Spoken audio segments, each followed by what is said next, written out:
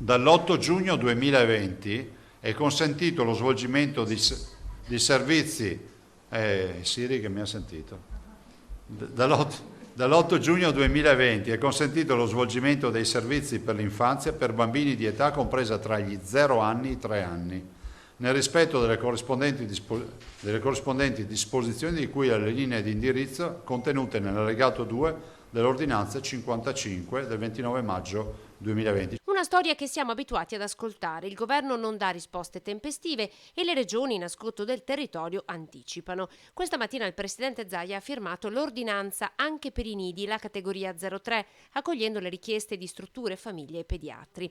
Le linee guida sono state predisposte dal Veneto con 10 giorni di anticipo, condivise con le altre regioni, validate dai servizi di Dipartimento di Prevenzione delle stesse. A tutt'oggi non abbiamo notizie, magari fra un minuto, un istante, un'ora, un giorno, una settimana, qualcuno ci chiamerà da Roma e dirà anche noi vi abbiamo validato le linee guida, ma noi non possiamo attendere oltre. Linee guida che in attesa di una risposta del governo saranno così applicate. Ora toccherà alle strutture sul territorio recepirle ed organizzarsi. Nella stessa ordinanza firmata stamattina viene dato il via libera anche agli informatori scientifici del farmaco di rientrare negli ospedali.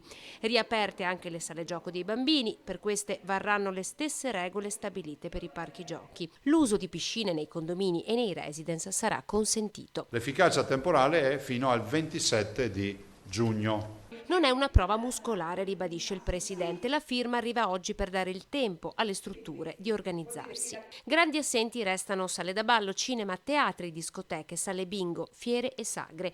A loro, con tutta probabilità, sarà dedicata la prossima ordinanza. La Regione potrebbe essere costretta ad anticipare anche in questo caso prove tecniche di autonomia. Il presidente continua a ribadire il valore e il significato della sua crociata per l'autonomia. L'autonomia, anche e soprattutto dopo quello che è accaduto con il coronavirus, ce la meritiamo ancora di più. È una squadra veneta che dimostra che davanti il problema lo affronta. Sapete qual è il problema? Che a Roma la parola autonomia la percepiscono come una sottrazione di potere.